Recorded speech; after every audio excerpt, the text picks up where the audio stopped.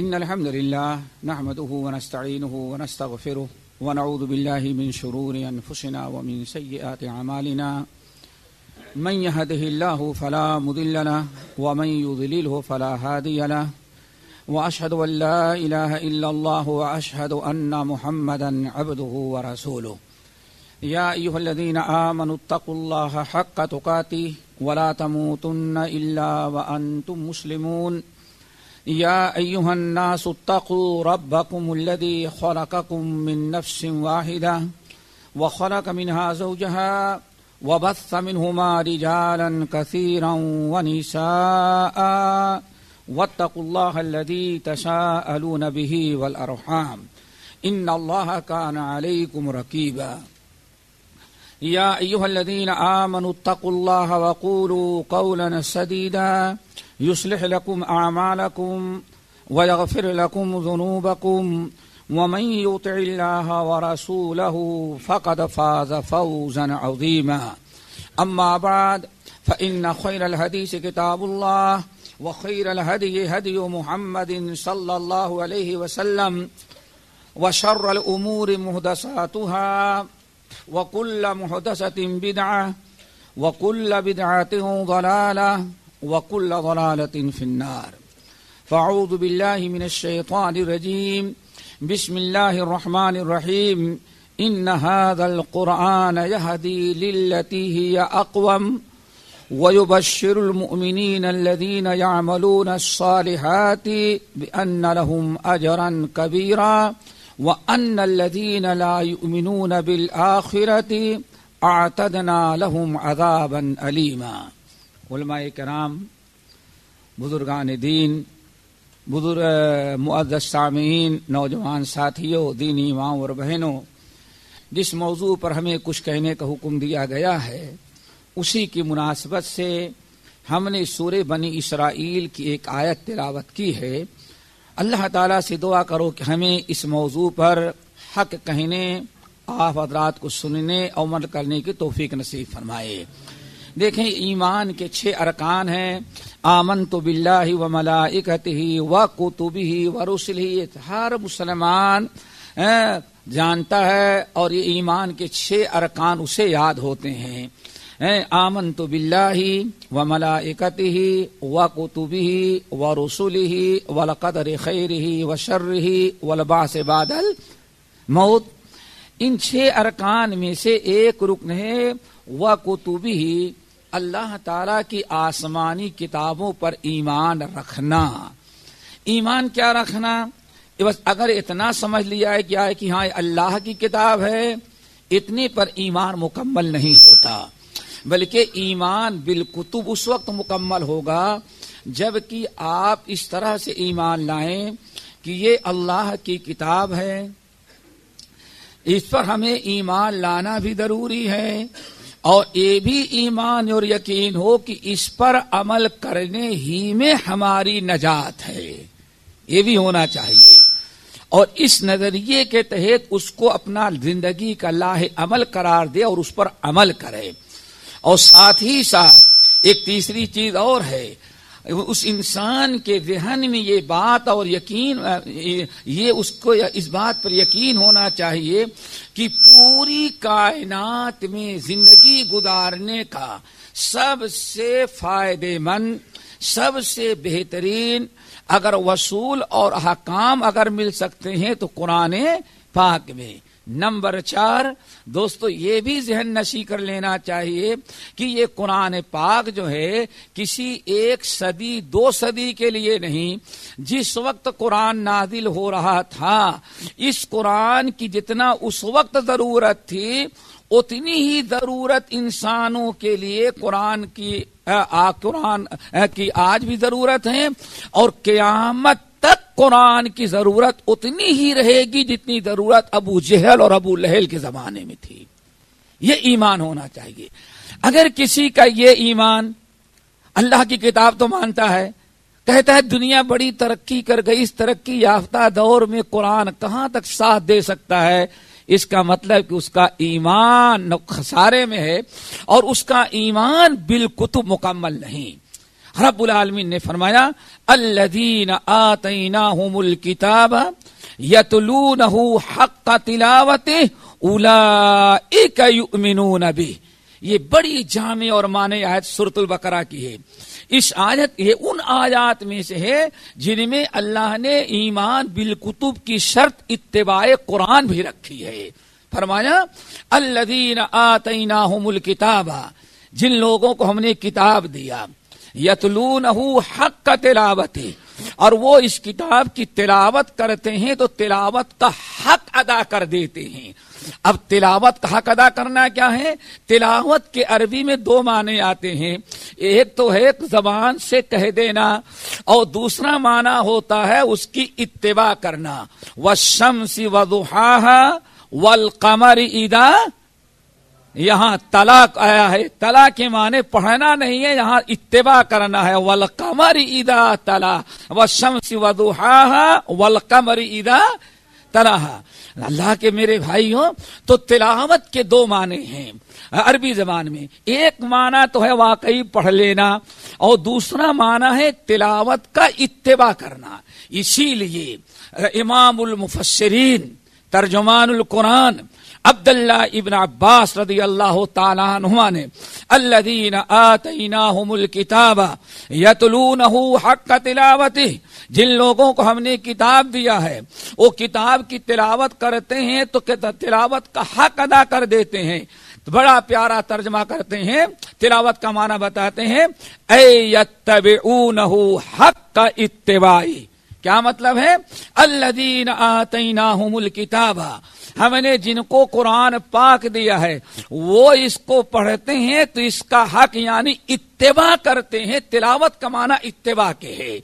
قرآن پر ایمان بھی ہے، قرآن کی تلاوت بھی کرتے ہیں، اور قرآن کے ہر حکم کے سامنے اپنی گردن بھی جھکا دیتے ہیں، قرآن کی پیروی کرتے ہیں. قرآن نے کہہ دیا سود حرام ہے، حرام ہو گیا، اب تعویل نہیں کرتے. قرآن نے جو کہا اس پر عمل کیا. آگے اللہ نے فرمایا اولئک یؤمنون بہ، یہ لوگ ہیں جو قرآن پر ایمان رکھنے والے ہیں. پتہ چل گیا دوستو، قرآن پر ایمان اس وقت تک مکمل نہیں جب تک کہ قرآن کو انسان اپنے عمل میں رائج نہ کر لے. الذین آتیناہم الکتاب یتلونہ حق تلاوتہ. اور پھر الحمدللہ آپ حضرات تو شاید ہر جمعے کو فجر کی پہلی رکعت میں الف لام میم تنزیل سجدہ سنتے ہیں. اللہ کا فضل ہے، سنت پر عمل کرنے کا موقع ملا ہے، ورنہ وہاں بھی وہ شمس وضحاها جمعے کو بھی پڑھی جاتی ہے. اللہ نے کتنا فضل و کرم کیا آپ پر. انما یؤمن بآیاتنا الذین اذا ذکروا بها خروا سجدا وسبحوا بحمد ربهم وهم لا يستكبرون. دوستو ہر جمعے کو آپ کو بتایا جاتا ہے، اور ہو سکتا ہے اسی لیے نبی علیہ الصلوۃ والسلام نے ساری زندگی بڑے اہتمام کے ساتھ جمعے کے دن فجر کی پہلی رکعت میں آپ یہ پڑھا کرتے تھے. ایجاد دہانی کرائی جا رہی ہے توحید کی، مرنے کے بعد زندہ ہونے کی، حساب کتاب کی، عبادات کی، شب بیداری کی، اور ساتھ ساتھ یہ بھی یاد کرایا جا رہا ہے انما یؤمن بآیاتنا الذین. یہ 30 پارے کے قرآن، اس میں جو آیات ہیں ان آیات پر ایمان تو وہی رکھتے ہیں جب ان کے سامنے پیش کی جاتی ہیں تو سر تسلیم خم کر دیتے ہیں، نہ حجت بازی کرتے ہیں، نہ ٹال مٹول کرتے ہیں، اپنی گردن جھکا دیتے ہیں، سمینا واتانا کا مصداق بن جاتے ہیں. وہم لا یستکبرون. قرآن کی آیت آ جانے کے بعد کبھی ٹھکرانے کی ہمت ہی ان کی نہیں ہوتی. میرے بھائیو، یہ ہے ایمان بالکتب. اللہ تعالیٰ ایسا ایمان ہمیں نصیب کرے. جب آپ نے سمجھ لیا تو ہمارے بھائی شیخ نے جو اعلان کیا، قرآن الحمدللہ زندگی کے ہر شعبے میں شامل ہے. یا یوں سمجھیں، قرآن نے ہمیں زندگی کے ہر معاملے میں، خوشی میں، غمی میں، پریشانی میں، خوشحالی میں، تنگ دستی میں، ہر موقع پر قرآن نے ہماری رہنمائی کی ہے. ہمیں قرآن نے لاوارث نہیں چھوڑا ہے. ذرا قرآن پاک کی اس آیت پر غور کرو میرے بھائیو، جو سورۃ عنکبوت کی ہے. اللہ اکبر، کتنی پیاری آیت. اولم یکفہم انا انزلنا، یہی آیت ہے نا، اولم یکفہم انا انزلنا علیک الکتاب یتلا علیہم ان فی ذلک لرحمۃ وذکریٰ لقوم یؤمنون. اللہ اکبر. صرف یہی ایک آیت اگر آپ لوگ سمجھ لیں تو قرآن اولم یکفہم. کچھ لوگوں نے نبی علیہ السلام پر اعتراض کیا، آپ نبی ہیں تو ابراہیم اگلا فلاں معجزہ کیوں نہیں دکھلائے؟ آپ نبی ہیں تو مردوں کو زندہ کیوں نہیں کیے؟ آپ اگر نبی ہیں تو فلاں معجزہ کیوں نہیں آپ لائے؟ اللہ نے ایک ہی جملہ استعمال کیا، اولم یکفہم انا انزلنا علیک الکتاب یتلا علیہم. ہمارے نبی یہ آپ سے حجت بازی کر کے بلا وجہ سوال کیوں کر رہے ہیں آپ کو پریشان کرنے کے لیے؟ ہم نے حضرت موسیٰ، عیسیٰ، ہم نے یحییٰ، زکریا سب کو معجزات دیے، یہ ان معجزات کو کیوں مانگ رہے ہیں؟ اولم یکفہم انا انزلنا علیک الکتاب. کیا ان کے لیے یہی کافی نہیں ہے کہ ہم نے آپ پر قرآن نازل کیا ہے؟ قرآن کے ہوتے ہوئے اور معجزات. ہر نبی گیا ساتھ معجزہ لے کر کے گیا، اور ہم نے آپ کو وہ معجزہ دیا ہے جیسے اس وقت معجزہ تھا، آج بھی معجزہ، اور قیامت تک یہ معجزہ باقی رہے گا. کہا جاتا ہے اللہ اکبر، ہارون رشید، ہمیں اب قرآن کے ہوتے ہوئے کسی کی ضرورت نہیں ہے. اولم یکفہم انا انزلنا علیک الکتاب یتلا علیہم. یہ ان کے لیے کافی نہیں، ایمان لانے کے لیے، سدھرنے کے لیے، زندگی گزارنے کے لیے، رب کی رضا و تقرب کے لیے، خوشی اور غمی کو رب کے مرضی کے مطابق گزارنے کے لیے. کیا قرآن کافی نہیں ہے جو آپ سے اور کچھ مانگ رہے ہیں؟ قرآن کے ہوتے ہوئے پھر کسی اور چیز کی ضرورت باقی نہیں. اللہ رب العالمین نے قرآن کو قرآن ایسا معجزہ آپ کو عطا کیا کہ ہارون رشید کا نام سنا ہے نا، دنیا کا سب سے بڑا بادشاہ. اس کے دربار میں ایک یہودی تھا، یہودی کاتب. پتہ نہیں کاتب کو کیا کہتے سمجھتے ہیں؟ رائٹر. بڑا عجیب، بڑا بہترین خط تھا. بغداد میں مشہور تھا کہ اس کی جیسی رائٹنگ خوش خط کوئی نہیں ہے. تھا یہودی. کچھ دن لکھتا رہا. ایک دن اس نے کہا کہ حضرت اتنے دن سے ہم کام کرتے ہیں، آج تک ہمارا وظیفہ، ہماری تنخواہ آپ نے نہیں بڑھائی. ہارون رشید نے کہا جتنا ملتا ہے اسی پر کام کرنا ہے تو کام کرو، بڑھائی نہیں جائے گی.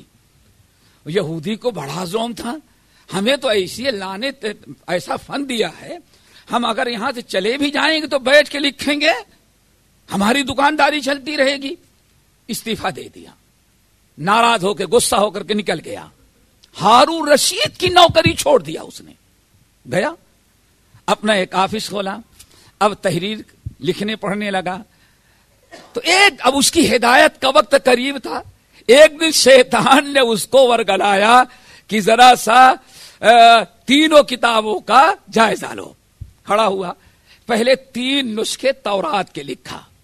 تورات میں لکھا، ایک نسخے میں کچھ گھٹایا، دوسرے میں کچھ بڑھایا، اور تیسرے میں ترتیب آگے پیچھے کر دی.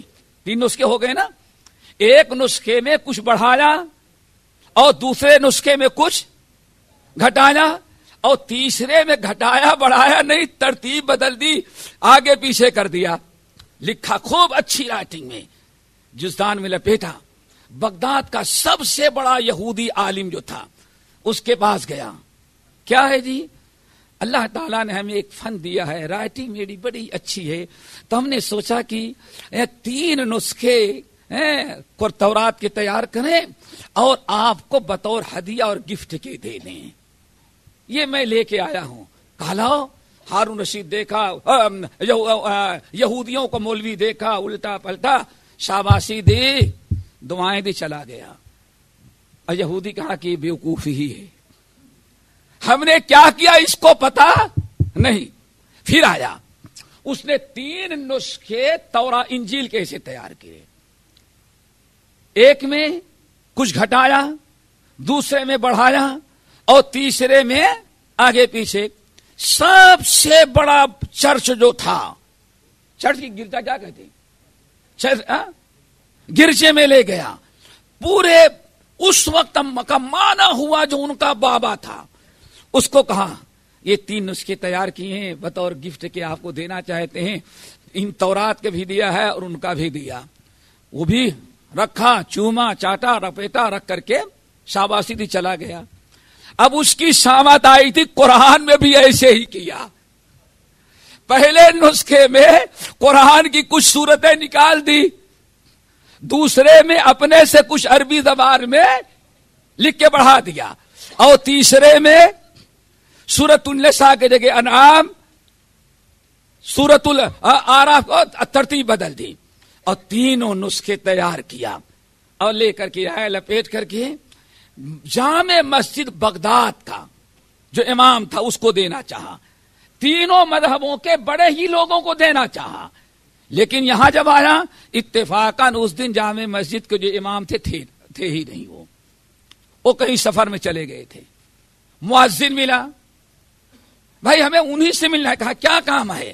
کہا بس اللہ نے ہمیں لکھنے کا ایک بہترین انداز دیا ہے, تو ہم نے سوچا اللہ کی کتاب کی, ہم نے تورات کی بھی خدمت کی, انجیل کی بھی خدمت کی, اور قرآن کے بھی 3 نسخے تیار کیے ہیں, اور وہی گفٹ دینے کے لیے آیا تھا. کہا لاؤ ہم کو دے دو, ہم پہنچا دیں گے.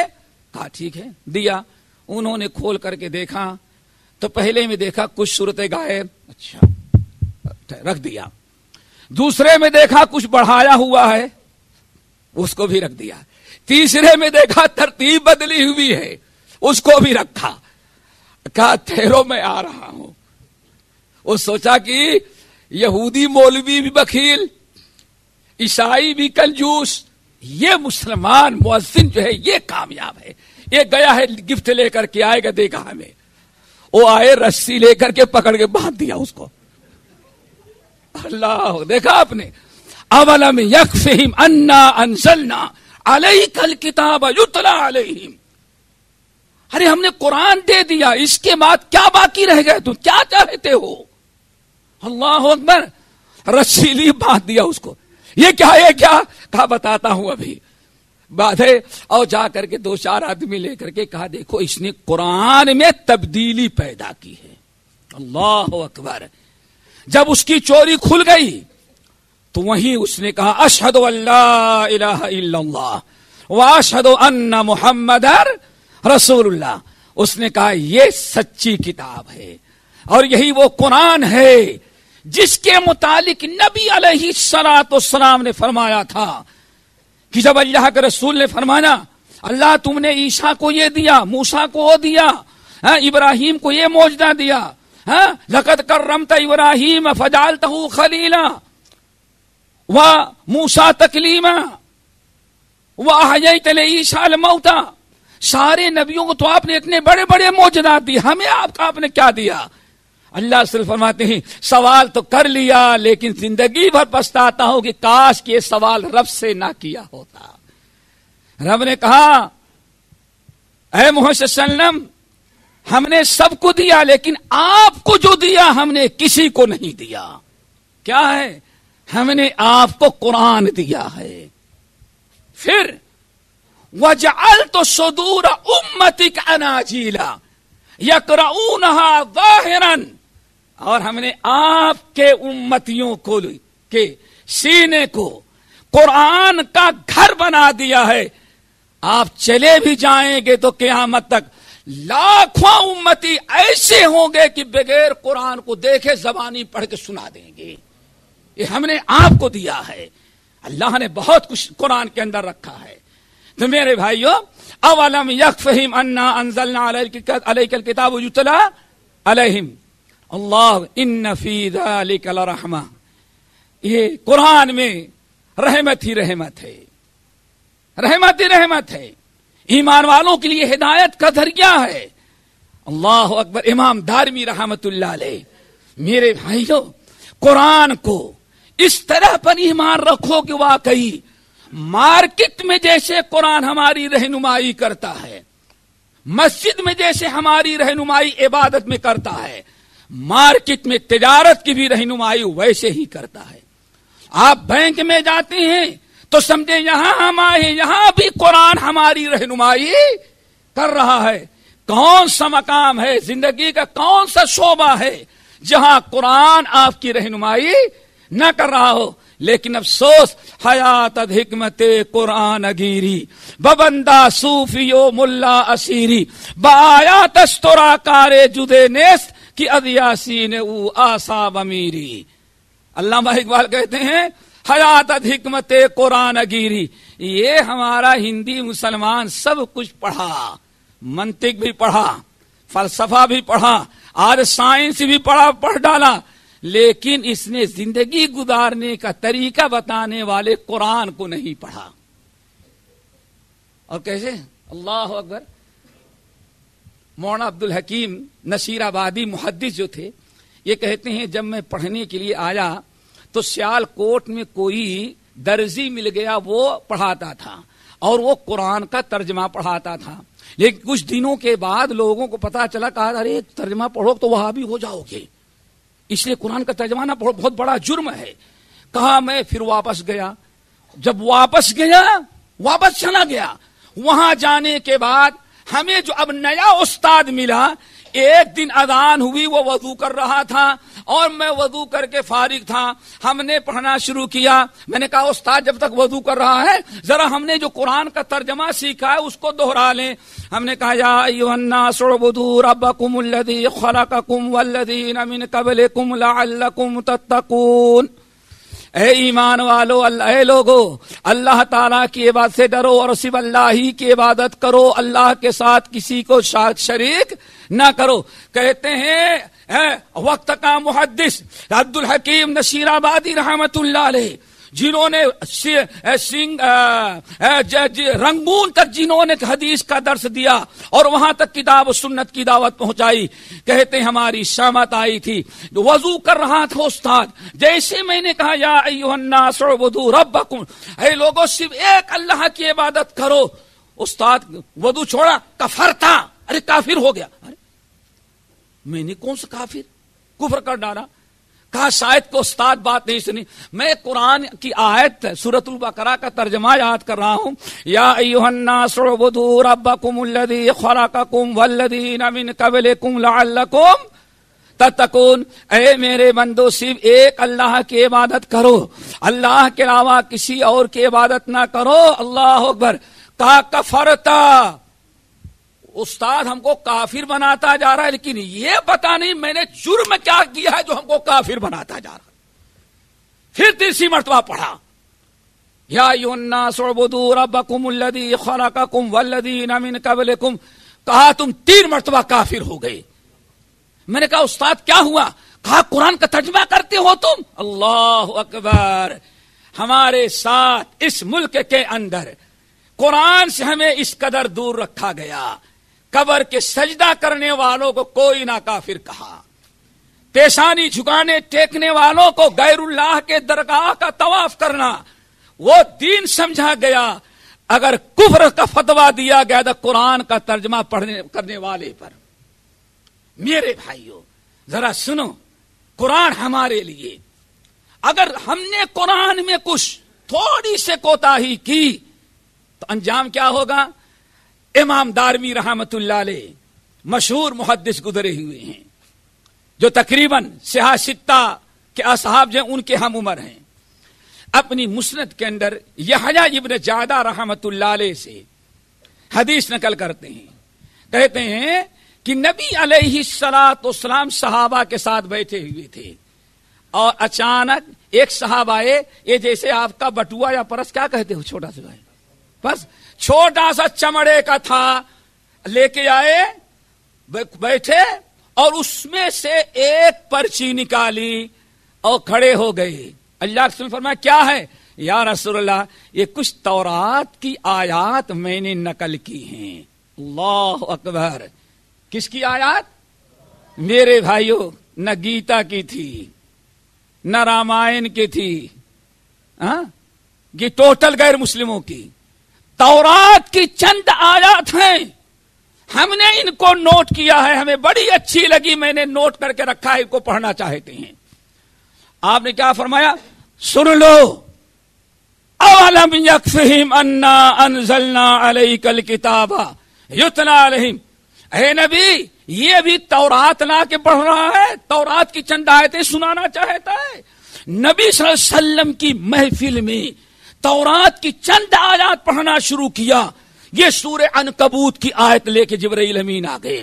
اولم یکفہم انا انزلنا علیک الکتاب، ان کو عبرت و نصیحت حاصل کرنا ہے اور پسند کرنا ہے، اچھا بھی لگنا ہے، تو کیا قرآن کی آیت ان کو اچھی لگنے کے لیے کافی نہیں ہے جو تورات کی آیات لا کے پڑھ رہے ہیں، پاکٹ میں رکھے ہیں؟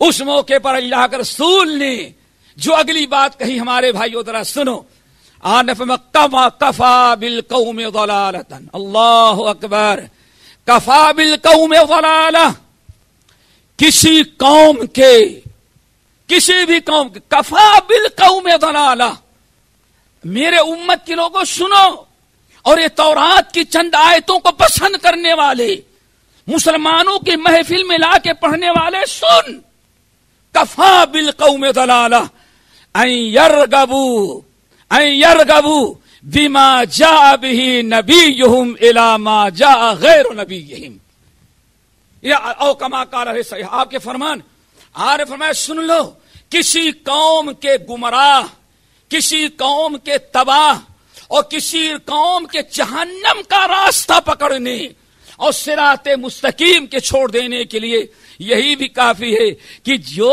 ان کے نبی پر اللہ نے کتاب نازل کیا اس کو چھوڑ کر کے اس چیز کو پسند کرنے لگے جو کسی دوسرے نبی پر اللہ نے نازل کیا ہے۔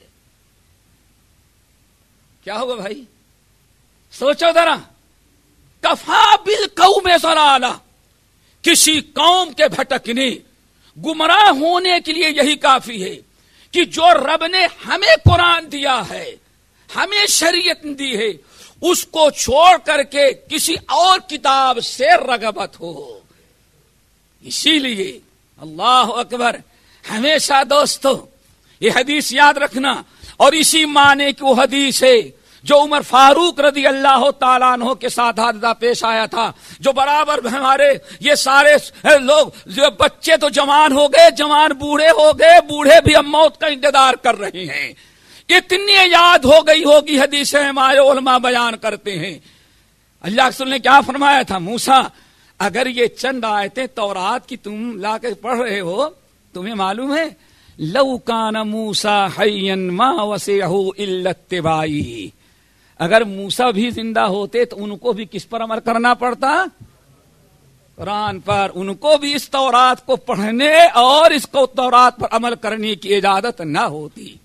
پھر آپ نے بیان فرمایا اگر مجھے چھوڑ کر کے موسیٰ کی پیروی کرنے لگو تو لَضَلَلْتُمْ عَنْ سَوَاءِ السَّبِيلِ، تم بھی صراط مستقیم سے بھٹک گئے۔ اللہ اکبر، موسیٰ علیہ السلام قرآن کے ہوتے ہوئے کوئی موسیٰ علیہ السلام نبی اللہ ان کی پیروی کرے، قرآن کے ہوتے ہوئے کوئی تورات پر عمل کرے تو اللہ کے رسول فرماتے ہو تو گمراہ جائے، بھٹک جائے۔ اور ہمارا آج کا مسلمان، قرآن نے سارے مسائل بیان کیا لیکن بیوی کو طلاق دے دے تو سسر صاحب کہاں بیوی کو لے کے پہنچ گئے، بیٹی کو، ارے کوڑ سے بھی خطرناک ہو، مہیلا صراط مستقیم پر رہو گے؟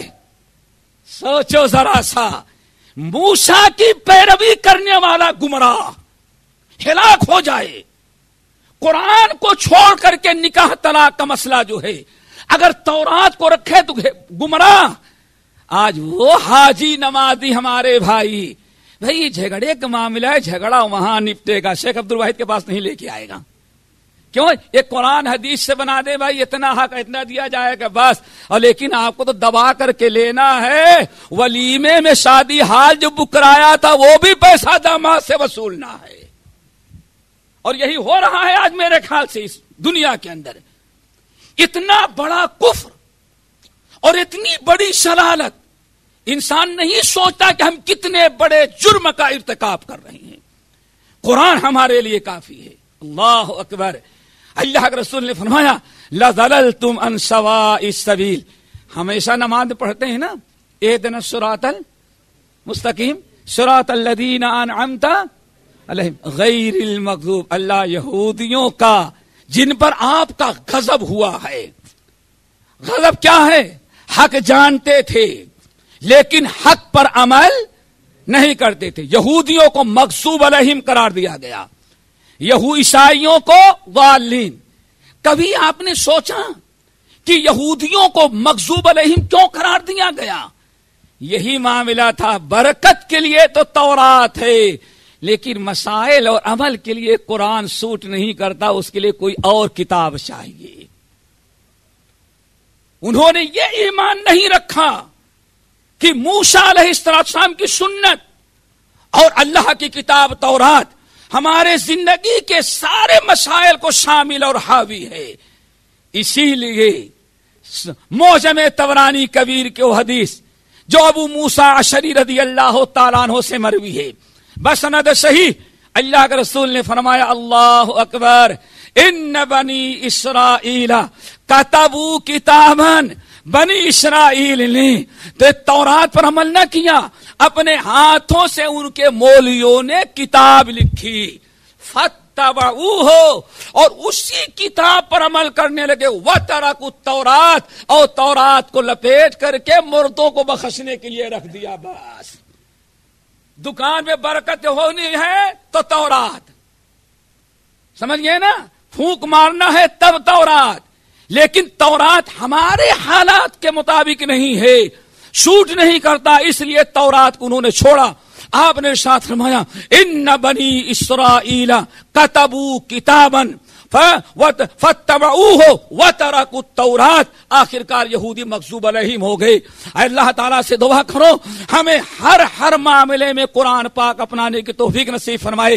ایک حدیث ہمیں یاد آئی، آج دنیا کے اندر شاید کہ کہیں دو چار آدمی آپ کو مل جائیں جو پتا نہیں یہ فکر کس کے ایک بلانے والوں میں شیخ عبد الواحد ہیں یا کون ہیں، کن کے ذہنوں میں موضوع اللہ تعالیٰ نے ڈال دیا، ورنہ یہ عنوان تو تقریر کرنے کا کوئی ہے ہی نہیں، لوگ سمجھتے۔ ذرا سوچو، امام حاکم اپنی مستدرک میں، امام دارمی، اور اسی طرح سے امام طبرانی، بہت سارے محدثین نے روایت کیا، حدیث بسند صحیح منقول ہے۔ امام حضرت امیر معاویہ کا انتقال ہوا، بہت سارے لوگ انتقال ہوا دمشق میں، بہت سارے لوگ اس وقت جنازے میں نہیں پہنچے تھے۔ اب دو چیزیں لوگوں کے سامنے تھی، ایک تو امیر معاویہ کا انتقال ہو گیا ہے، نمبر دو یزید کو انہوں نے کیا بنایا ہے؟ خلیفہ بنایا ہے، بہرحال اس کے ہاتھ پر بیعت کرنی ہے۔ آئے لوگ، وفد آیا، اور دو مقصد کے تحت، ایک تو امیر معاویہ کی تعزیت کریں گے، اور نمبر دو یزید سے یزید کو مبارکبادی پیش کرنی ہے۔ کہا آئے، دمشق کے پہنچے، آفس میں گئے، محل میں ملاقات ہوئی، مبارکبادی دی، ظہر کا وقت ہوا، چلے گئے مسجد میں نماز پڑھنے کے لیے۔ جب مسجد میں نماز پڑھنے کے لیے گئے تو دیکھا کہ ایک بوڑھا قاعدے سے کھڑا بھی نہیں ہو پاتا، وہ دیوار سے ٹیک لگائے لوگوں کو حدیثیں بیان کر رہا ہے، لوگوں کو کچھ نصیحت کر رہا ہے۔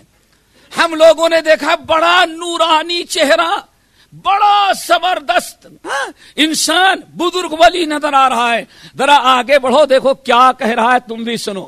کہا جب پہنچا تو کہہ رہا تھا قال رسول اللہ صلی اللہ علیہ وسلم الا، اپنے شاگردوں کو سنا رہا ہے مسجد میں۔ اللہ کے رسول نے فرمایا الا، اے لوگو سن لو، ان من اشراط الساعہ، قیامت تو آئے گی لیکن قیامت کے پہلے قیامت کی نشانیاں رونما ہوگی اور پیدا ہوں گی. الا سن لو ان من اشراط الساعۃ ان يرفع الاشرار وتوضع الاخيار ويخزن القول ويدحر القول ويخزن العمل. اے لوگوں سنو کہ اللہ کے رسول نے فرمایا قیامت سے پہلے قیامت کی بڑی زبردست نشانیاں ہوگی. وہ نشانیاں پیدا ہو جائیں تو سمجھ جاؤ کہ قیامت آ گئی ہے سر پر. کیا ہے؟ پھر اس نے کہا 3 نشانیاں بیان کی قیامت کی. نمبر 1 الا ان من اشراط الساعۃ ان يرفع الاشرار ويوضع الاخيار. قیامت کی بڑی نشانیوں میں سے ہے باعزت دینداروں کو نیچے رکھا جائے اور شیطانوں کو شہر کے بدماشوں کو سب سے بڑی عزت دی جائے. اللہ اکبر. ذرا سوچنا کہیں ایسا نہ ہو یہ سر پر آ چکی ہو قیامت. الا سن لو ان من اشراط الساعۃ ان يرفع الاشرار ويوضع الاخيار. دینداروں کو، شریفوں کو، بااخلاق دین کے علمبرداروں کو تو گھٹا کر کے وہ نیچے رکھا جائے وَيُرْفَعَ الْأَشْرَارَ. اور جتنے بدماش ہوں بدماشی کے ساتھ تھوڑا سا مال بھی آ گیا تو وہی سب کا بابا بن کے بیٹھتا ہے. اللہ کا. دوسری نشانی ذرا سنو وہ کیا ہے؟ وَيُدْحَرَ الْقَوْلَ وَيُخْزَنَ الْعَمَلَ. باتیں تو بڑی لمبی لمبی ہوگی لیکن فجر کے وقت سوئے ہی پڑے رہ جائیں گے. باتیں بڑی لمبی لمبی ہوں گی، بات گفتار کے گادی ہوں گے لیکن عمل کرنے کی باری آئے تو اس کو سب جمع کر کے رکھا چلو اکٹھا ہی ہفتے بھر کی نماز جمعے کو پڑھ لیں گے. اور کچھ لوگ کیا کریں گے؟ ارے روزانہ کیا پڑھنا ہے، رمضان میں پابندی کر لیا اب کیا ضرورت رہ گئی. دیکھا آپ نے وَيُخْزَنَ الْقَوْلَ وَيُدْحَرَ الْقَوْلَ. باتیں تو بڑی لمبی لمبی ہوگی. اگر کوئی مسئلہ پوچھ لے تو مولوی سے پہلے وہ خود فتویٰ دیتا ہے. ہاں، اور کہیں انڈیا میں الیکشن آ جائے تو چائے کے ہوٹل میں بیٹھ کے ایسا تبصرے کرے گا کہ صدر وزیر اعظم اسی کو بننا چاہیے. اتنی لمبی لمبی باتیں لیکن وَيُحْسَنَ الْعَمَلَ. عمل نہیں ہوگا، عمل جمع کیا جائے گا، عمل میں کوتاہی ہوگی. نمبر 3 تیسری علامت جو ہے سنو وَيُقْرَأُ بِالْمَثَنَّاتِ. مسجدوں میں، گھروں میں، محفلوں میں، اجتماعات میں مثنات پڑھی جائیں گی. کیا پڑھی جائیں گی؟ مثنات. وہیں بیٹھے ہی بیٹھے حدیث بیان کر رہے ہیں بڑے میاں، بزرگ بوڑھا بیٹھا ہوا، چہرے پر شرافت، امانت، دیانت سب ٹپک رہی ہے. جب یہ حدیث بیان کیا تیسری علامت الا ان من اشراط الساعۃ ان یقرأ بالمثنات. قیامت کی تیسری نشانی یہ ہے کہ مثنات پڑھی جائے گی اور مثنات کا درس دیا جائے گا، وہی سنایا جائے گا. کسی نے کہا حضرت مثنات کیا ہے؟ آپ ذرا غور سے سننا. کتاب، یہ وہ کتابیں ہوں گی جو کتاب و سنت کے علاوہ لکھ کر کے لوگوں میں پھیلا دی جائیں گی. ہوں گی کتابیں، پوتھی نہیں ہوگی، کتابیں ہیں. لیکن کون؟ کتب اس کتبت سوا کتاب اللہ. قرآن کے علاوہ مولویوں کی، پیروں کی، فقیروں کی، بدینوں کی، ہاں صوفیوں کی لکھی ہوئی ان کے ملفوظات ہوں گے، ان کی تحریریں ہوں گی، ان کی تصنیفیں ہوں گی. قرآن کہیں نہیں پڑھا جائے گا، قرآن نہیں سمجھایا جائے گا، قرآن کا درس نہیں دیا جائے گا. اگر ساری تعلیم ہوگی تو کس کی ہوگی؟ مثنات. اللہ اکبر. پھر آپ نے بیان فرمایا لیکن سن لو جو بھی ہم بتانا چاہتے تھے، وہ کتابیں پڑھی جائیں گی مثنات، لیکن لیس فیہا احد ان یغیرہا. کوئی ان پر ٹوکنے والا نہیں ہوگا.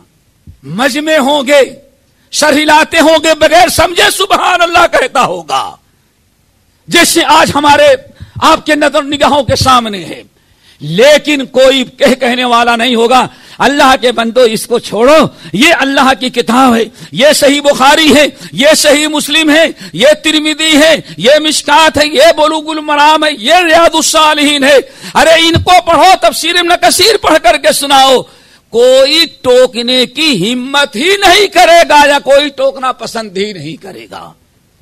یہ قیامت کی نشانی کیا ہوا؟ یعنی مصنات وہ کتابیں ہیں جس کے جو لکھی گئی ہیں اور جس سے قرآن و حدیث سے لوگوں کو دور کیا جائے۔ کیا خیال ہے آپ لوگوں کا؟ ابھی تازہ و تازہ واقعہ، نماز پڑھ کے کھڑے ہوئے ایک صاحب، اور کھڑے ہونے کے بعد ایک کتاب ایسے الماری، مسجد کی الماری سے نکالی، اب نام لینا مناسب نہیں سمجھتا، جانتے ہیں آپ لوگ، کتاب نکالی اور کہا مسلمانوں سن لو، یہ کتاب یہی مصنات ہے، یہ کتاب ہے، اللہ کی قسم جس گھر میں اس کی تعلیم نہیں ہوگی وہ جنت میں نہیں جا سکتا۔ مصنات میرے بھائی، کیا قرآن ہدایت کے لیے کافی نہیں ہے؟ اللہ رب العالمین فرماتے ہیں اولم یکفہم انا انزلنا علیک الکتاب یتلی علیہم، کتاب ان کے لیے کافی نہیں ہے؟ ان فی ذلک لرحمہ، یقیناً کتاب ان کے لیے رحمت ہے اور ہدایت کا ان کے لیے ذریعہ ہے۔ سب کچھ اللہ تعالیٰ نے قرآن پاک میں رکھا ہے، لیکن ضرورت ہے دوستو قرآن پاک سیکھنے کی، قرآن پاک پڑھنے کی، اس کو سمجھنے کی، اس کا درس لینے کی اور اس کے ساتھ جڑے رہنے کی۔ اور امام بخاری رحمۃ اللہ علیہ نے بڑی عجیب سی حدیث نقل کی اپنے صحیح بخاری میں، حدیث سنا ہوگا، اللہ رسول نے کیا فرمایا؟ لیس منا من لم یتغن بالقرآن، یہ بخاری کی حدیث۔ اس حدیث کا معنی کئی لوگوں نے بیان کیا، لیکن امام المحدثین امام بخاری اپنی صحیح بخاری میں اور محدثین کی بڑی جماعت نے اس آیت کی تفسیر بتائی۔ کس کی؟ اولم یکفہم انا انزلنا علیک الکتاب یتلی علیہم، کیا ان کے لیے کافی نہیں کہ ہم نے کتاب آپ پر نازل کیا اور یہ کتاب پڑھ کے ان کو سنائی جاتی ہے؟ اب کیا اتنا ان کے لیے کافی نہیں ہے جو اور چیزیں ڈھونڈ رہے ہیں؟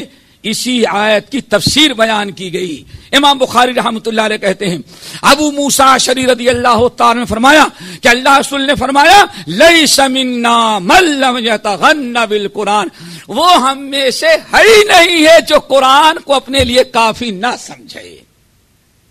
دنیا کی ساری چیزوں سے جسے قرآن بے نیاز نہ کر دے، اللہ رسول نے فرمایا وہ ہم میں سے نہیں ہے۔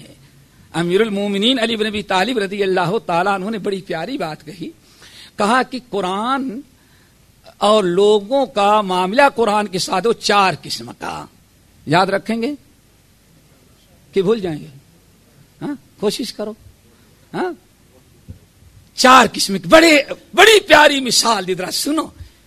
لیس منا من لم یتغن بالقرآن، آپ نے کتنی شدید وعید سنائی، جو قرآن کو اپنی نکاح میں، طلاق میں، بیع و شراء میں، خوشی اور غمی میں، ہدایت کے لیے، نصیحت کے لیے، برکت کے لیے، اجر و ثواب کے لیے جو قرآن کو اپنے لیے کافی نہ سمجھا، لیس منا، وہ ہم میں سے نہیں ہے۔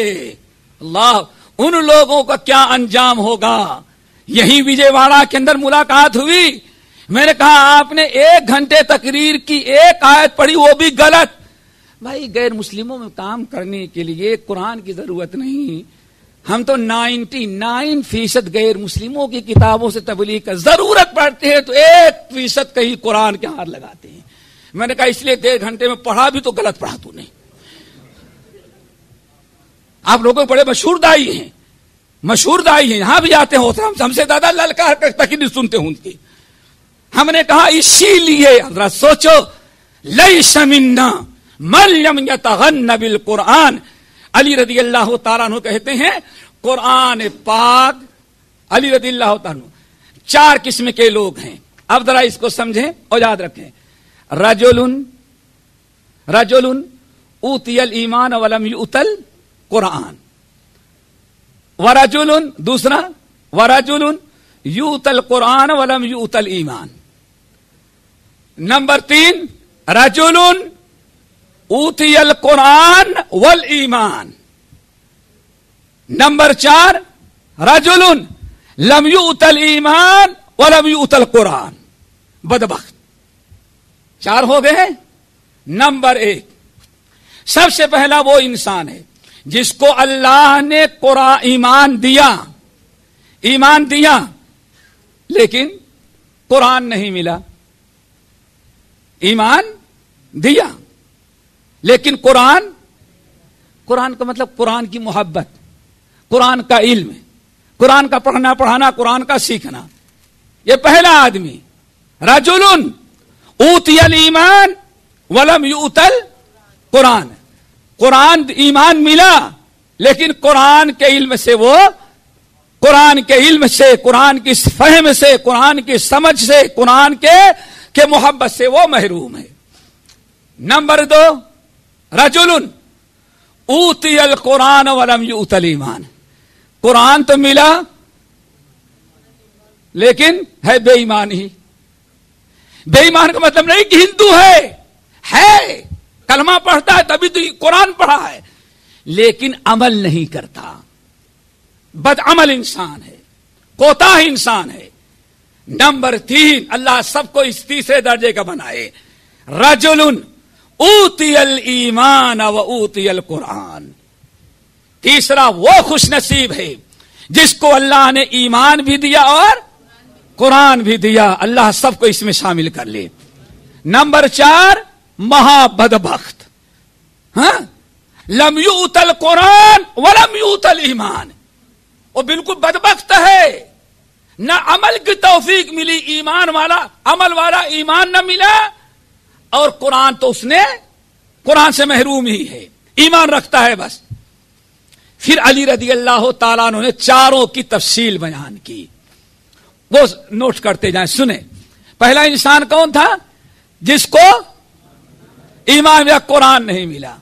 علی رضی اللہ تعالیٰ عنہ کہتے ہیں بہرحال ایمان ہے، عمل کرتا ہے لیکن قرآن نہ سیکھا نہ سکھایا، نہ قرآن سمجھا نہ سمجھایا۔ چلو مسلمان تو ہے لیکن فَمَثَلُهُ كَمَثَلِ التَّمْرِ، اس کی مثال سوکھے کھجور کی مانند ہے۔ خوشبو تو نہ آگے سے نہ اوپر سے نیچے سے خوشبو ہے ہی نہیں ہے۔ آپ پاکٹ میں رکھے ہیں سوکھا کھجور، آپ 50 کھجور کھا جائیں اور بازو والے کو کچھ فائدہ نہیں، کیوں؟ خوشبو ہوتی تو کم سے کم کھاتا نہیں تو کم سے کم خوشبو سے مستفید ہوتا۔ یہ ہے وہ مسلمان، اپنے تئیں ایمان ہے لیکن آپ کے ایمان سے اس کا کیا فائدہ ہوا؟ اگر قرآن ہوتا تو کم سے کم ایمان سے آپ کو فائدہ ہوتا اور آپ کے قرآن سے اس کو فائدہ ہوتا۔ نمبر 2 وہ انسان جس کو قرآن تو ملا لیکن ایمان نہیں۔ اللہ اکبر، اللہ اکبر۔ اللہ نے فرمایا فَمَثَلُهُ كَمَثَلِ الْآسَةِ، اس کی مثال ایسے پھل کے مانند ہے کہ خوشبو تو ہے، خوشبو تو ہے لیکن اگر وہ سوچے بڑی خوشبو ہے یار، چلو ایک ہم بھی لے کے کہاں سے خریدے، کاٹ کے کھا لے تو ایک مرتبہ کھا لینے کے بعد اتنا کڑوا ہے کہ دوبارہ ہمت ہے۔ ایمان تو ہے، قرآن تو ہے، قرآن کی باتیں بتا رہا ہے، فائدہ آپ کو پہنچ رہا ہے، لیکن بے ایمان ہو سکتا ہے قرآن ہی بتا کہ ایسے آپ کو ڈسے کہ پھر دنیا میں پنپنے کے لائق ہی نہ رہ جائیں، پاکٹ ہی مار لے، دھوکہ دے جائے، کیوں؟ ایمان سے محروم ہے۔ نمبر 3 اللہ اکبر، علی رضی اللہ تعالیٰ عنہ کہتے ہیں یہ تیسرا بڑا خوش نصیب ہے، یہ وہ انسان ہے جس کو اللہ نے علم بھی دیا، ایمان بھی دیا اور ساتھ ساتھ میں قرآن بھی دیا۔ اس کی مثال ماشاء اللہ آپ نے فرمایا ایسے پھل ہے کہ جس میں اعلیٰ درجے کی خوشبو بھی ہے اور کھا لے تو میٹھے آم کے مانند پیٹ بھی نہ بھرے. اللہ کے رسول نے جو فرض دیا یہاں نہیں ملتا تو آم سمجھو. کیوں شیخ؟ میٹھا آم ہے نا. اگر میٹھا خوشبو والا آم ہے, اگر 2 آم یہاں رکھ دیے کھائیں گے نہیں, لیکن جو یار بڑی اچھی خوشبو آم کی آ رہی ہے, کیا خیال ہے بھائی؟ فائدہ تو ہوا. آم نہ ملا لیکن خوشبو تو آپ کو ضرور ملی. اللہ اکبر. عارف میں یہ ایسا انسان ہے کہ جس کی خوشبو بھی بہترین ہے اور ٹیسٹ اور مزہ بھی بہت ہی اچھا ہے. یہ کون ہے؟ ایمان بھی ہے اور ساتھ ساتھ میں قرآن بھی ہے. یہ اعلیٰ درجے کا ہے. اور مرفوع حدیثوں میں بھی یہی مثال دی گئی ہے. رہا چوتھا انسان جس کو کچھ نہیں ملا, نہ قرآن اور نہ ایمان. اس کی مثال کیا ہے؟ ایسے پھل کے مانند ہے کہ خوشبو تو ہے ہی نہیں ہے, کوئی خیر ہے ہی نہیں, لیکن اگر کاٹ کر کے ایک مرتبہ چکھ لیں تو شاید جو کھایا ہے وہ بھی باہر نکل آئے, دوسری مرتبہ کھانے اور چاٹنے کی ہمت نہیں پڑے گی. علی رضی اللہ عنہ فرمایا یہ ہے 4 قسم کے لوگ ہیں جو قرآن سے قرآن کے ساتھ 4 قسم کے تعلقات لوگوں کے ہوتے ہیں. دعا کرو ہمارے اور آپ کے تعلقات وہ تیسرے درجے کے جو لوگ ہیں کہ قرآن مزہ بھی ہے, قرآن بھی ہے, اور ساتھ ساتھ میں اللہ نے ان کو علم بھی دے رکھا ہے. تو میرے بھائیوں, قرآن ایک ایسی کتاب ہے الحمدللہ کہ اس میں ہر زندگی کے مسائل, ہر چیزیں موجود ہیں. اسی لیے سورۃ یونس کی آیت اللہ نے ارشاد فرمایا یا ایھا الناس قد جاءتکم موعظۃ من ربکم, قد جاءتکم موعظۃ من ربکم وشفاء لما فی الصدور وہدی ورحمۃ للمؤمنین قل بفضل اللہ وبرحمتہ فبذلک فلیفرحوا هو خیر مما یجمعون. اے نبی, یا ایھا الناس, اے لوگو, قد جاءتکم موعظہ, یہاں قرآن کی 4 صفات بیان کی گئی, ان کو ذہن نشین کرو. پورا مسئلہ حل ہمارا. یا ایھا الناس قد جاءتکم موعظۃ من ربکم, 1. نمبر 2 وشفاء لما فی الصدور, نمبر 3 وہدی, اور نمبر 4 ورحمۃ للمؤمنین. یہ 4 خوبیاں قرآن نے بیان کیا ہے دوستو. قرآن کی 4 خوبیاں ہیں. نمبر 1 اللہ نے فرمایا قرآن کیا ہے؟ موعظہ ہے. کیا ہے موعظہ؟ کس کو کہتے ہیں؟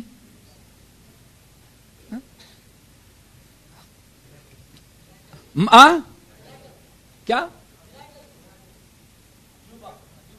نہیں, موعظہ موجبہ نہیں, میم واو عین وا اور تائے مربوطہ, موعظہ. یا ایھا الناس, اے لوگو, تمہیں جو ہم نے کتاب دی ہے وہ کامل و شامل ہے. اس کی کتنی خوبیاں ہیں؟ 4. قد جاءتکم موعظۃ من ربکم, تمہارے رب کی طرف سے موعظہ آ گئی ہے. اللہ نے کہا کتاب آئی, کیا آئی ہے؟ قرآن 4 چیزیں لے کر کے آیا ہے. نمبر 1 قرآن تمہارے اللہ کے جانب سے قرآن تمہارے لیے کیا ہے؟ موعظہ. موعظہ کس کو کہتے ہیں؟ وعد و نصیحت بولتے ہیں نا, لیکن وعد و نصیحت تھوڑا سا فرق ہے. موعظہ اگر سوچا جائے یا دیکھا جائے تو قرآن میں موعظہ سورۃ البقرہ کے اندر بیان کیا گیا ہے. یعنی موعظہ کا مطلب یہ ہے کہ ایسی باتیں, ایسے قصے قرآن میں بیان کر دیے گئے ہیں کہ جس سے گنہگار کے رونگٹے کھڑے ہو جائیں اور اپنی حرکتوں اور گناہوں سے باز آ جائیں. اس کو کیا کہا جاتا ہے؟ زاجرہ. گنہگار کو, برے انسان کو روک دینے والا سرمایہ آ چکا ہے, اور قرآن سے زیادہ کسی کو روکنے والا کوئی چیز نہیں ہے. قرآن پاک میں اس کی مثال ہے. آج کون سے دن ہے؟ سنڈے ہے نا. کل کون سا دن تھا؟ سیٹرڈے. سیٹرڈے کو یہودیوں کے یہاں اللہ تعالیٰ نے بنی اسرائیل کی ایک جماعت سمندر کے کنارے تھی, اور سمندر کے کنارے والے جو ہوتے ہیں سمجھو دال اور سبزی سے گزارا نہیں ہوتا بغیر مچھلی کی. وہ مچھلی والے تھے. اللہ رب العالمین نے ان کو آزمانا چاہا. بڑے گناہ کیے تھے, بڑی بدماشیاں کر رہے تھے. اب اللہ نے آخر میں ایک حلال چیز کو آزمانے کے لیے ان پر حرام کر دیا, اور کہا کہ دیکھو ہفتے کے دن, سیٹرڈے کے دن سب کچھ کرو لیکن مچھلی نہیں پکڑنا. اور اللہ نے کیا کیا؟ قرآن پاک ہے کہ جب تأتیہم یوم سبتہم ویوم لا یسبتون لا تأتیہم. اللہ اکبر. جس سنیچر کے دن پتا نہیں کہاں کہاں سے اللہ ایسی مچھلیاں بھیج دیتا تھا کہ یہودی کبھی ویسی مچھلیاں ہفتے بھر دیکھتے نہیں تھے. اور اس یوم لا یسبتون لا تأتیہم, اور اللہ فرماتے ہیں جب سب ہفتے کا دن ختم ہوا اب پھر اگلے ہفتے تک مچھلی نظر ہی نہیں آتی تھی. یہودیوں کو آزمایا. بہرحال پورا قصہ آپ لوگوں کو معلوم ہوگا, صرف موعظہ ہم بتانا چاہتے ہیں. یہودیوں نے حلالہ سمجھتے ہو نا, حلال چیز حرام چیز کو حلال کرنے کے لیے ہیلے بہانا جو کہ اس کو کیا نام ہے؟ حلالہ تو سبھی جانتے ہو گے. حلالہ کیا. اب پکڑتے, کوئی اپنا جال اپنا نیٹ ڈال دیتا ہفتے کے دن, مچھلیاں پھنس گئیں, اتوار کی صبح جا کے نکال لاتا. اگر موڑنا روکے صاحب آپ کو سمجھ نہیں آتی, ہم نے کہاں پکڑا, ہم تو آج پکڑے ہیں صبح. ارے بھائی نیٹ بھائی ہم گھر میں رکھنے کے بجائے وہاں رکھتے, ہمارا کیا قصور ہے؟ یہ ہیلے بہانے. اور کسی نے جس کے پاس زمینیں تھی وہ اپنے زمین میں گڈھا کھودا اور ایک چھوٹی سی نہر بنا دیا, اس کا کنیکشن سمندر سے دیا. جب جوار بھاٹا ہوتا, موجیں آتی تو موجوں کا پانی ان کے اندر آ جاتا, ان کے کھڈے میں, اور مچھلیاں آ گئی. آ تو گئی, آنے کا راستہ کھلا ہے اور جانے کا راستہ بند کر دیا, اور اتوار کے دن صبح ہی پکانا شروع کر دیے. اب 3 گروہ ہو گئے. کچھ لوگوں نے منع کیا یہ حرام ہے, کچھ لوگوں نے کہا کہ بھائی لم تعیذون قوما, بھائی کچھ روشن خیال ہوتے ہیں نا. ہمارے شیخ کہنے لگے یہ حرام, تو یہ اٹھا رہے بھائی ایک مرتبہ کہہ دیے, بار بار کہنے کی کیا ضرورت ہے؟ لکم دینکم. وہ اس کے جان آپ بلا وجہ زیادہ سختی کریں گے تو جماعت میں پھوٹ پڑ جاتی ہے, مسجد میں آنا بند کر دے گا, قسم آ تو رہا ہے. یعنی اس کو نہیں سمجھائے گا, موہنا کو سمجھاتا ہے آدمی. اللہ نے کیا بندر بنا دیا, اور 3 دن کے اندر تڑپ تڑپ کر کے سارے بندر بندری بچے سب مر گئے. پوری قوم کو اللہ نے دنیا سے نیست و نابود کر. پھر اللہ نے کیا بیان فرمایا, فجعلناها نکالا لما بین یدیہا.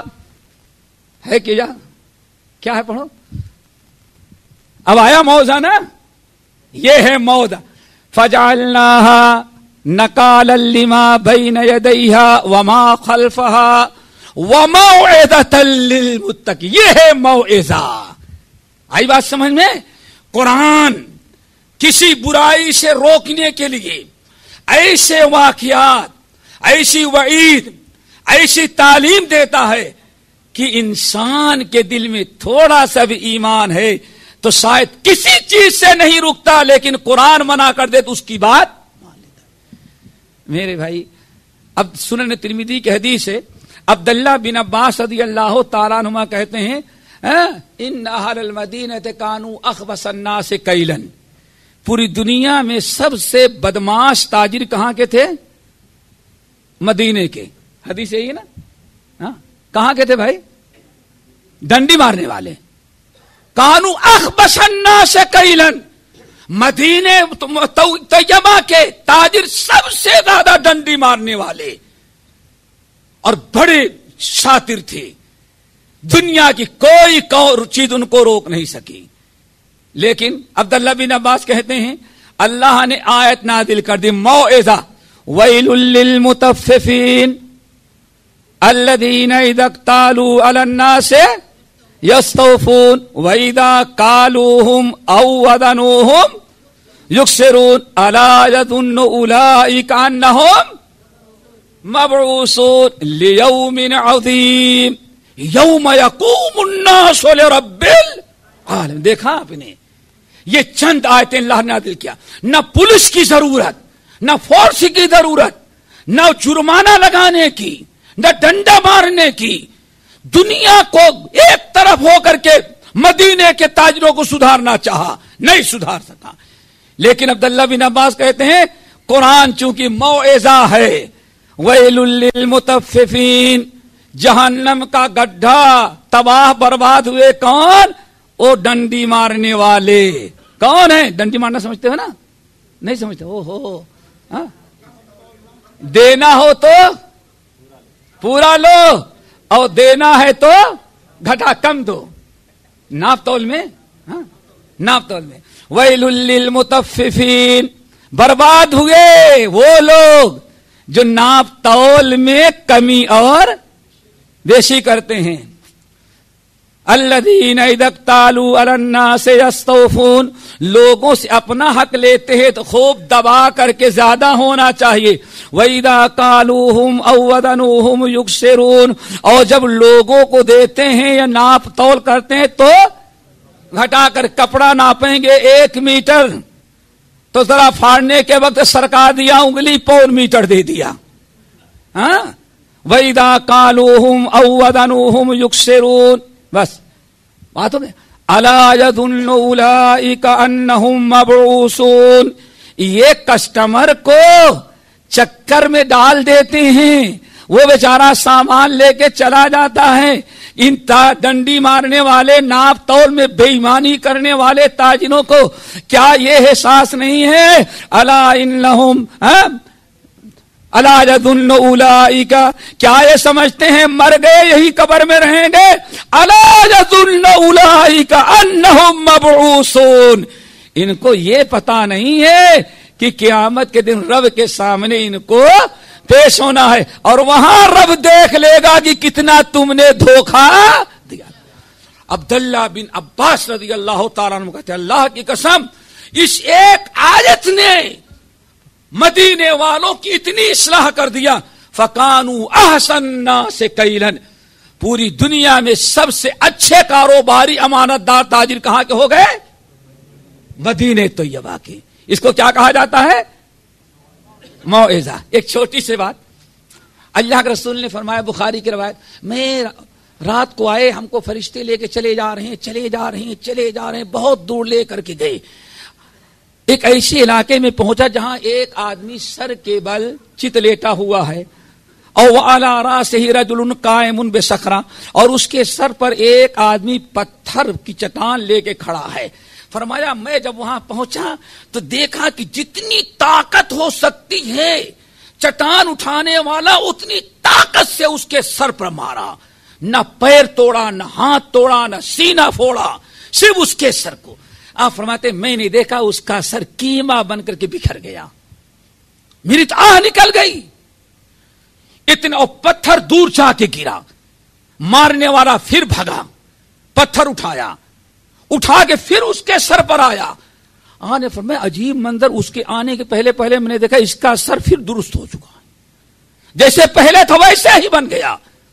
پھر اس نے زور سے مارا، کیما بنا، بکھر گیا اس کا سر. اس طرح سے بار بار.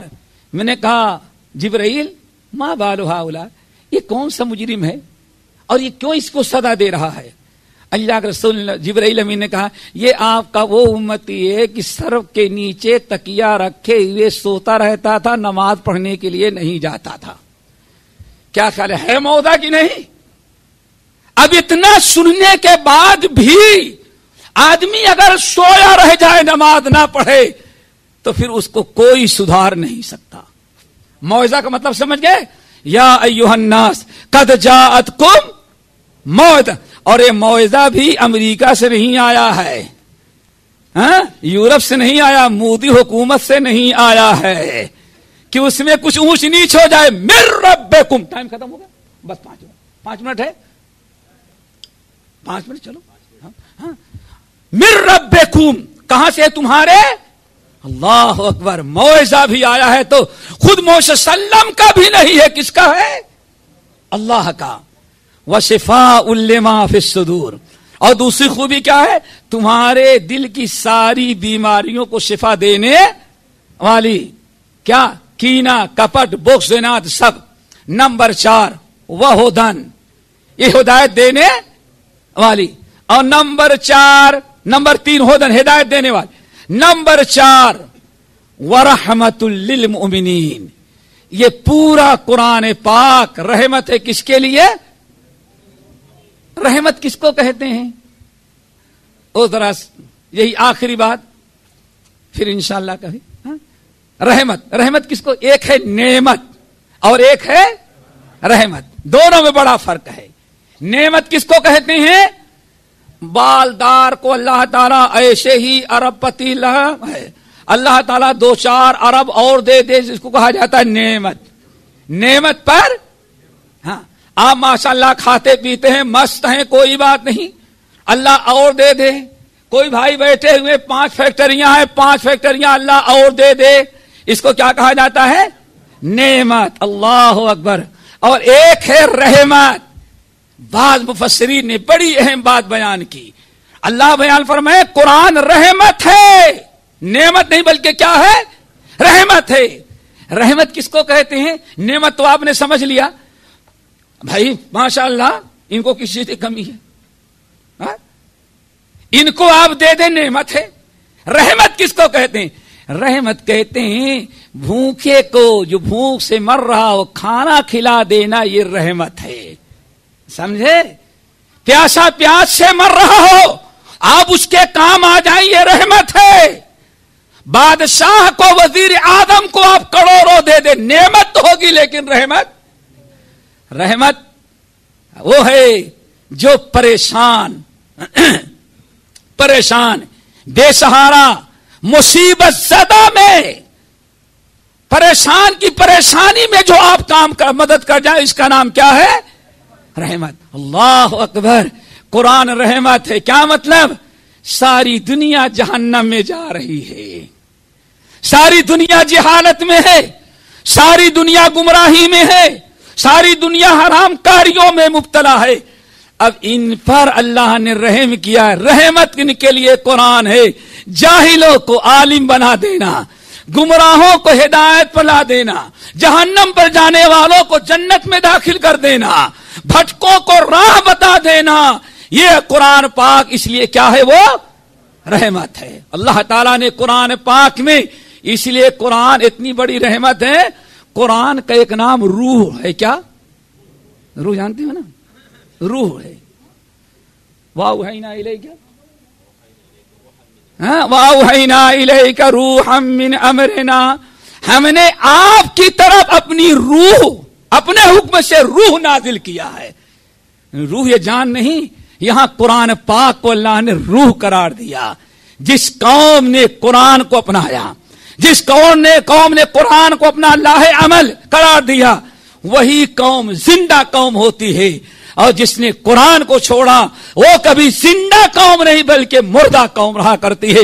اومن کان میتن فاحییناہ، ایک ابو جہل ہے اور ایک عمر ابن خطاب ہے. سورۃ انعام کی آیت، اللہ نے فرمایا عمر کو ہم نے زندہ کیا ہے اور ابو جہل کو ہم نے موت دیا ہے. عمر کو کیا زندہ کیا؟ دونوں زندہ تھے، دونوں مردہ تھے، لیکن عمر کو ایمان اور قرآن دے کر کے اللہ نے فرمایا ہم نے اس کو زندہ کر دیا. اور ابو جہل کمبخت بدبخت کو ہم نے ایمان اور قرآن سے محروم کیا، مردہ تھا، مردہ ہی رہ گیا. میرے بھائی، قرآن ہمارے لیے روح ہے. اللہ، میں اپیل کروں گا خاص طور سے کسی بھی معاملے میں، خاص طور سے طلاق و نکاح کا معاملہ جو آج ہمارے سامنے ہے، پتہ نہیں ڈوری کیس، فلاں کیس، پورے ایک میاں بیوی کی لڑائی ہو، ان کی لڑائی صرف بیوی سے ہے، لیکن آپ نے مہیلا سمیلن یا پولیس جا کے کیس کیا تو ان کے دادا جو قبرستان میں، ان کا بھی نام لکھا دیا. وہ بھی زندگی میں تنگ کرتا رہا. اس کفر سے بچو، اس ضلالت سے بچو. رب نے جیسے نماز پڑھنے کا طریقہ بتایا قرآن و حدیث میں، ایسے ہی نکاح، طلاق، ازدواجی زندگی میں اس قرآن نے جو فارمولہ پیش کیا ہے، اللہ کی قسم اس سے افضل طریقہ کائنات میں کسی کے پاس ہے ہی نہیں ہے۔ اللہ تعالی ہم سب کو عمل کی توفیق نصیب فرمائے۔ اقول قولی ھذا واستغفر اللہ من کل ذنب واتوب الیہ۔ السلام علیکم ورحمۃ اللہ وبرکاتہ۔ جزاکم اللہ خیرا واحسن الجزا۔ اللہ بزرگوں، دوستو، عزیزو، ہم دعا کرتے ہیں کہ شیخ محترم کے علم و فضل میں اللہ تعالیٰ مزید برکت عطا فرمائے اور ہمیں نصیحت حاصل کرنے کے اللہ تعالیٰ توفیق دے۔ یہ علماء ربانیین ہیں جو ہمارے اس سوسائٹی میں، معاشرے میں، ہمارے اس جماعت میں ملتے ہیں، کہیں اور ہو سکتا ہے آپ کو ایسے علماء نہ ملیں۔ اللہ تعالیٰ کا شکر ادا کریں، بھرپور ان علماء سے ہم اور آپ فائدہ اٹھانے کی کوشش کریں۔ اور شیخ محترم کی ایک اور تقریر بھی ہمارے ساتھ ہے۔ میں وہ تمام حضرات سے جو ابھی آئے ہیں یا ہمارے اس قافلے میں شریک ہوئے ہیں ان سے پھر ایک بار، اب جب آ گئے ہیں تو شام ہی کو جانے کی سوچیں، اس سے پہلے جانے کا ارادہ نہ کریں۔ میں اس بات کا اعلان آپ کے سامنے کر دوں کہ شیخ محترم کی ایک اور تقریر ہمارے ساتھ ہے۔ اسی کے ساتھ ساتھ میں نہیں چاہتا کہ پورا شیڈول آپ کے سامنے بتاؤں، شام تک کا جو بھی شیڈول ہے، اس لیے کہ کچھ لوگ شیڈول سن لیتے ہیں تو پھر آنے جانے کا مزاج بن جاتا ہے۔ اس لیے ہم آپ کو صرف اتنا بتا دیں گے کہ ابھی ظہر کی نماز کے لیے اذان ہوگی اور اس کے ساتھ ساتھ ہمارے پاس 1 جیسے کہ 1:30 1:45 پر 1:45 پر نماز ظہر کے لیے اقامت ہوگی۔